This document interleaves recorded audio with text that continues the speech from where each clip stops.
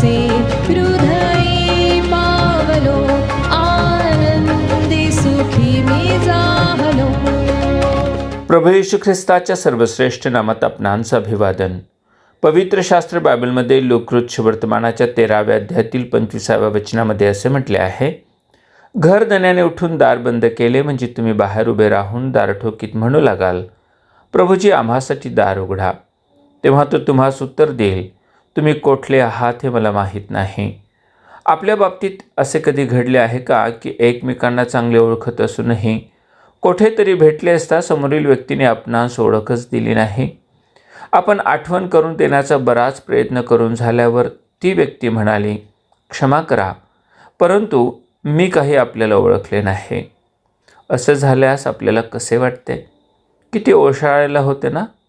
हा अपमान तुम्ही कित्येक दिवस विसरू शकणार नाही.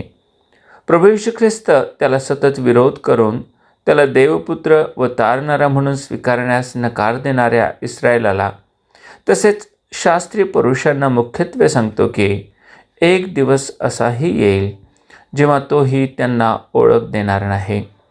योहान ख्रिस्ताबद्दल सांगतो, तो जगात होता व जग त्याच्याद्वारे झाले, तरी जगाने त्याला ओळखले नाही.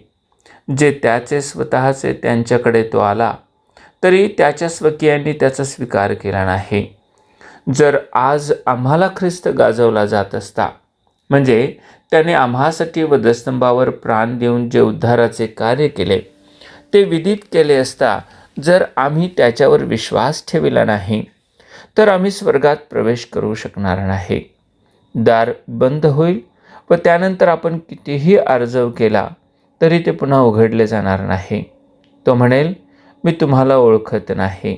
वास्तव हेच आहे की जर आज आम्ही प्रभूला ओळखले नाही तर तोही आम्हाला ओळख देणार नाही. प्रभू आपणास त्याला ओळखण्याचे मन देव. धन्यवाद.